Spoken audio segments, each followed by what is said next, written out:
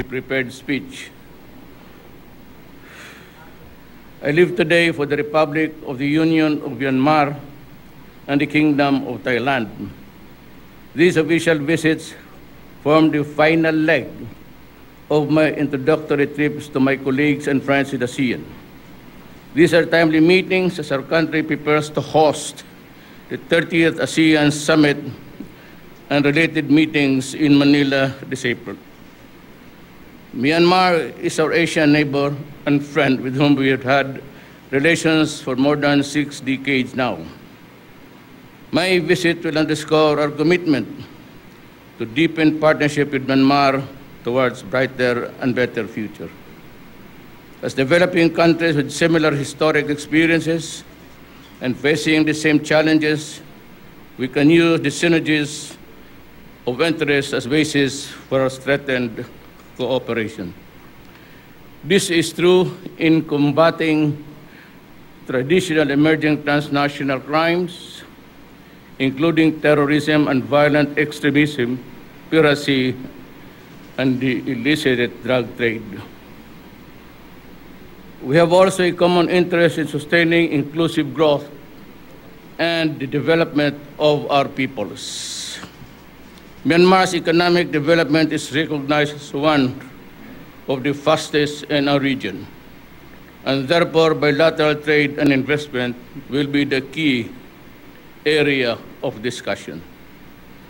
With expanding Philippine business making their own around the region, and in Myanmar, we can encourage collaboration in mutually beneficial sectors of growth, including in pharmaceuticals and food and beverages. In Naypyidaw, I look forward to discussions of these matters with President O Tin-Cho, and I shall also meet State Councilor and Foreign Affairs Du Aung San Suu Kyi, the Commander-in-Chief of the Defense General Military, Commander Min Aung Hlaing. In my discussions, I will convey the Philippine support for the reforms undertaken by Myanmar, as well as its efforts to address challenges of certain problems in these regions. From Myanmar, I will proceed to Thailand, among our ASEAN friends and neighbors in the Philippines. Philippines has been the longest, had formed a stronger relationship with Thailand for 67 years rather. It is fitting that our state of ASEAN, I make this important trip to a co-founder in ASEAN in the capital where the foundation of ASEAN was laid 50 years ago. In my visit to Bangkok, I will renew the Philippines' commitment to further enhance our excellent relations with Taiwan. There is much at stake in relations. We have to move forward together on shared interests in securing security and stability in the region as we seek to sustain growth and development for our peoples. I look forward to meeting Prime Minister Prayut Chan-o-cha to discuss strengthening defense relations, intensifying trade and investment, and enhancing education cooperation, among others. I also am scheduled to meet members of the corporate sector in Thailand to discuss economic opportunities in the Philippines. In both Myanmar and Thailand, I welcome the importance of meeting our kababayan who have been key partners in program for positive change and reform in our government. I will thank them for the support and apprise them of the developments in the country. These visits will complete my swing of our ASEAN neighborhood. It will presage the important regional leadership role reposed upon us for this historic ASEAN year. I remain humbly your president to look after our nation's interests as I seek to pursue the collective objectives of the ASEAN region. We will strengthen partnership for positive change as we engage our region and the world. Maraming salamat po. That ends my, I could take about 3 or 4 questions, only the important ones. This is for sa malayo. Hindi ko makabasa. I had used to be short-sighted. Pag pa-opera ako, I can look Alan, from afar, but I have to adjust. Mayang Yes, hapon, mayang hapon, Mayor. Yes, sir. I'm Alan Nawal of the Philippine Daily Inquirer. Reaksyon lang nimo, sir, sa katong pag-file og impeachment. Unya, doon na pa day plano mag-file og kaso against sa imo sa ICC. I welcome both developments. They can do their worst. I can do better in my performance as a worker in government, period. This is a democracy. Salamat.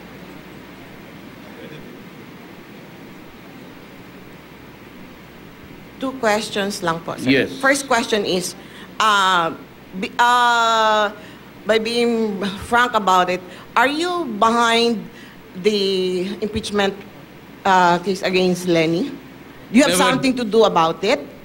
Never did anything, and I will not do anything about it. Magtanong na kayo, siging patanungan ninyo. I never lifted a finger against anybody. Tapos na ako dyan. I'm beyond politics. I am not, ganda na sapatos mo, Adria. I am beyond politics. I do not want to tinker with it. I just want to focus on my job as which you have given me. And may I reiterate that I will comply with my promises, the basic things, like, for example, corruption, drugs, and criminality. I will deliver on my promises. Listen to me. Even if it would cost me my life, my honor, and the presidency. Kaya kong bitawan lahat yan, pawala sa akin. But I will comply with my promise. The drive against corruption, the drive against criminality and drugs will resume, and it will continue, and it will be brutal if they do not understand the role of government. Suppression includes all. Kaya drop the shabu if you want to be alive. You don't want trouble with government, stop trafficking. Yan lang. I will not be for a moment be out of focus on that. Ano yung pinangako ko, dyan ako rise and dyan ako babagsak. Sir, Pende. second question po. I hope you don't mind my asking you this. Since when have I minded your... Yeah. Never. Sir, tanong ko lang po, in the fight, in the war against drugs, illegal drugs, I just would like to say, we could not go on killing each other or forever, and you will not be there forever. So, No. would you leave us hanging ba? Ang tanong ko, is there a need to strengthen our criminal justice system parallel to your efforts in fighting illegal drugs? Of course, we just follow the rules provided for by law, and it is found in the revised penal code. And that if you are a criminal and you are caught in the act, do not fight, because if you place the guy's life, place it in jeopardy of losing it, my order is to shoot you. I do not want to see military men and dead men on my side killed. I'd rather that the criminals, however thousands of millions they are, they should be the first to go. Okay, sir. Ganun lang yan. Follow the law and we're all right. Drop the shabu and nobody will die tomorrow. Strengthening the... But I will not be intimidated and I shall not be stopped by just International Criminal Court. Impeachment, that's if that is part of my destiny, it is my destiny to go. Ganun lang yan. Palad-palad lang. Yes, sir. Maybe God gave me only 2 years, 6 months, 1.5 years to be president of this country. Fine. Basta let it not be said na hindi ko binigay ang pinangako ko. Thank you, sir. Ganon lang ang hapon, sir. buhay. Regalado.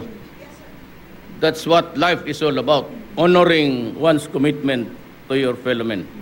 Maayong hapon, Sir. Joy Gumatay po from PTV. Question ko lang, sir, do you think it would negatively impact yung mga planned auster moves against the top officials of the government dun sa improvement under the Duterte administration in the past months? There will be improvement because we are really focused on it. There will be improvement in the area of law and order. Maybe not now, but later when I shall have finished them off, especially the drug lords. No, it's an apparatus.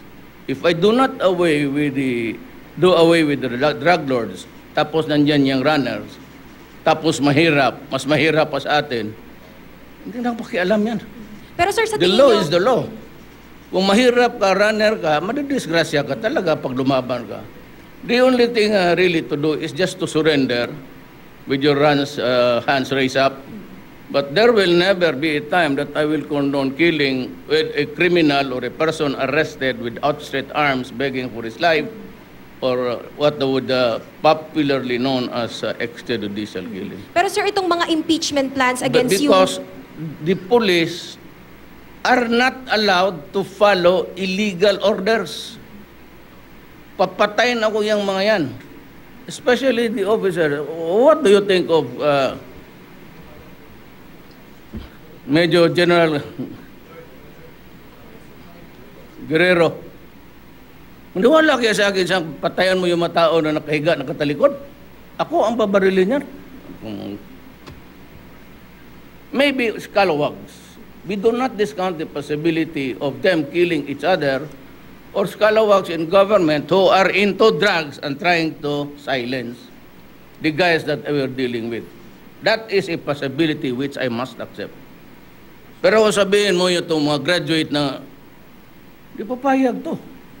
Masyado kayong maliit ang pagtingin ninyo mababa ang pagtingin ninyo sa mga graduate natin. They are not so paso. That is, pinupokpok na yan sa ulo nila. Day one. Sa PMA pati PNP. Do not follow illegal orders. Killing a man kneeling down or hands behind his back. thank you, sir. Pero pagka lumabang ka, my God, bubusin mo yung bala mo. Assalamualaikum, Mayor President. Walaikum salam. May anak, pagbalik ko, magtanong ka ng marami, ha? Pang last ka. Okay, Jun Di Makuta of DZRH Mindanao, Mr. President. Gaano na ba kalawak yung opensiba, yung pinsala na opensiba natin sa Abu Sayyaf, Maute, and BIFF? Sa kaso ng Abu Sayyaf, meron pa rin ba silang chance na makapaggawa ng kidnapping, sir? Malawak po. Kaya lang we have go into selective targets. For example, if they are in the midst of populated areas or they are near where habitation is quite high, we just cannot do it. That is what it takes us time to do it because we try to avoid hitting civilians. Kasi kung wala lang civilian, matagal na ito natapos. But just like the communists, every time that they are cornered, they mix with the people, and the people are the water. Kaya sabi they are the fish in the water because once they merge with the civilian population, barado na we'll just have to stop operation. That is one also of the things that are founded on the military and the police. Do not go into an action where you kill civilians. Same with drugs. It takes time. Puro selective. Only once they are grouped in the mountains, are ready for the offensive, and that is where we also marshal our troops and our weapons to challenge them. But once the battle is over and they begin to merge and run to their habitations and houses, the offensive stops. And I will not allow civilians to be killed in the process. Ano ba naman kasalanan ng bata, pati mga babae matanda? So, it behoves upon government to just lunukin na lang nila yung sayang yung panahon na yun because it ain't the right thing to do. Okay. Thank you, Mr. President. Good afternoon, Mr. President. Ay, ma'am, Hello, kumusta sir. ka? CNN. Si Ina, ma'am. Sir, nasa vacation pa po. Sir, about... Nagtana na? Hindi pa naman po, sir. Mm. Sir, do you think the impeachment complaint filed against you, do you think the Vice President Leni Robredo had anything to do with that, sir? Well, I will not be surprised if she is there, or I will not also be, I will not speculate if she is not there. Kasi hindi ako nakikialam sa buhay niya, ma'am. Sana wag niyang pakialamin yung akin. Basta sa trabaho, okay lang. Wala sa akin yung impeachment. I go by the rules of destiny. What made me, what gave me the presidency was pure destiny. If you consider all the things that happened along the way. And if I get impeached, or if I go to prison, as long as I have the right to select where I should rot for all time, sa Monaco lang ako, ma'am. Basta may view lang ako doon sa beach, tapos may teleskopyo ako. Okay na ako. Sir, the reason I ask is because she's been more vocal recently against your war on drugs, sir. Alam mo si Leni, with all the akala kasi niya ako yung sanagali, ayaw niyang maniwala, diwag. Basta kayo naniniwala lang na, and you can ask any cabinet member and any military man for that matter and police. Ask them, was there a single call from me since I'm there sa opisina ko? Kung tumawag ba ako minsan kay Senator Soto, tumawag ba ako kay Senator Cayetano, kay General La Peña, well, of course, kasi presidential advisor legal. Kung tumawag ba ako kay Secretary Piñol, tumawag ba ako kay Silvino, tanungin mo, baski sino sa gobyerno, LTO, LFTRB, tanungin mo. Kung may tinawagan ba ako ni isa. Pag mayroon kang masabi ito, dalhin mo dito, sabi ko mag-resign ako. I always do it with honor. Pag sinabi kong yan, pag sinabi kong wala talaga. At pag sinabi kong gawin ko yan, umatras ka na kasi gagawin ko talaga. Thank you, sir. Sir, good afternoon. Yes, ma'am. Sir, regarding China, there are reports saying na magtatayo daw po sila ng radar station sa Panatag Shoal. Can you confirm on that, sir? Well, we cannot stop China from doing his thing. Hindi nga na para ng Amerikano. The reason why there's a former Secretary of Justice, Foreign Affairs, which says more than just our claim of sovereignty is. So what do you want him to? What do you want me to do? What do you want, sir? Ano bang gawin ko? Declare war against China? I can, but we'll all lose our military and policemen tomorrow, and we are a destroyed nation, and we cannot assert even a single sentence of any provision that we signed. Ano bang gusto mo? Ang sinabi lang ng sinabi ko, nandoon kami ni Xi Jinping. And for the life of me, it was bilateral. Marami kami, ako, sa mga cabinet members, and I said, I will not invoke the arbitral ruling now. But there will be a time in my term when I will bring the issue back on the table on the fourth square of the arbitral ruling, and it will come. When they shall start to tinker with entitlements, tubig pa lang ngayon. Ngayon, kung makadaan lang man tayo doon, and I said, your ship are welcome, just like Russia, to come here and dock, and let me see your armaments there. And Russia, sinabi ko rin, China. Last time ko sabi ko, but do not do anything to my Coast Guard kung mamasyal-masyaling sila dyan. Kasi you claim to own it, I claim it to be mine. In the meantime, just keep open at huwag mong galawin yung mga Coast Guard ko. Huwag naman yung gray ships. The gray ships are the Navy. Okay, hindi pa sila nagpadala doon. Ang nagpapadala o ng gray ships, ang Amerika. Ang China hindi nagpapadala ng Navy niya. Coast Guard lang palagi.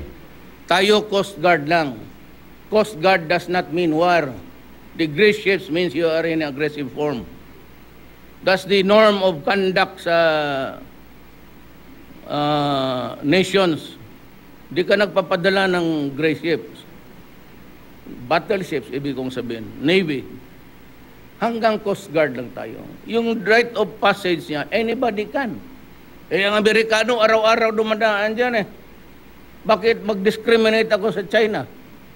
We are not war against China. I am not war against America. And yet, Americans, ships come and go. Oh, why should I not allow the Russians? They are also my friends. China is also our friend. And now we are now improving on the economy because of the help of China. Bakit ka naman magwalang hiya? Para magdaan lang. And so what if stop there? They admit that it is the territory, within the territory of the Philippines. That does not satisfy you. Ano pag gusto mo? Paluhurin mo yung tao? Ngayon, apaka nitpicking. Naghanap lang ng makalkal para when you run out of valid issues, yan ang ginagawa mo. Thank you, sir. Last question. Call if it I may, please. nitpicking. Sir, I would just like to ask about what were the things discussed during your meeting with Foreign Minister of Australia, Julie Bishop. Her visit to Davao City last Friday was earlier criticized by the Human Rights Watch in Australia. We never discuss human rights. Okay. They are so courteous. Maybe, alam nila. Because if you say that, if you utter those things in my presence, you'll get an insult. So what we did was to discuss transnational crimes, terrorism.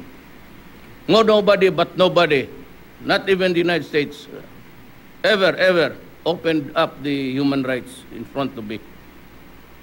Sabihin kita, bakit sa inyo, ikaw wala? Every nation. Australia, I will not pick a fight. So, tingnan. No, do not ever do that because if you can say one bad thing about me, I can say 5 things bad about you. So what's the... Bakit ka maghanap ng away? Lahat naman tayo nagkakamali. Pero hindi diyan sa human rights. I am on the right track. I would say. Ngayon, pagdatapos na ng pulis yan, yung selection nila, then they should go back and operate again because narco politics is on the rise again. But it will be under the supervision of General La Peña. Thank you, sir. Padilla. Wala na? Sinong gustong sumama?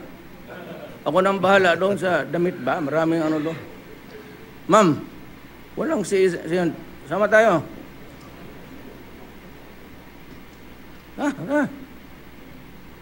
Totoo, marami. No kidding, hindi kita inaharas yan, sexual harassment. Tanungin mo yung mga babae dyan. Pag makita ko, halika, sama ka, probinsya.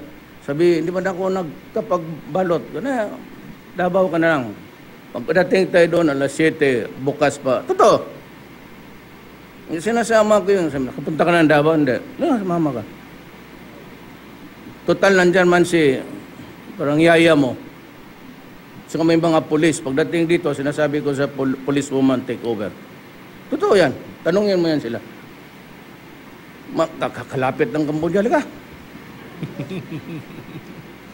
Sinong gusto? Anybody who wants to go there, I can take care of you there. Kasama ka doon sa mga policewoman. Thank you so much, Mr. President. Thank you so much, members of the press.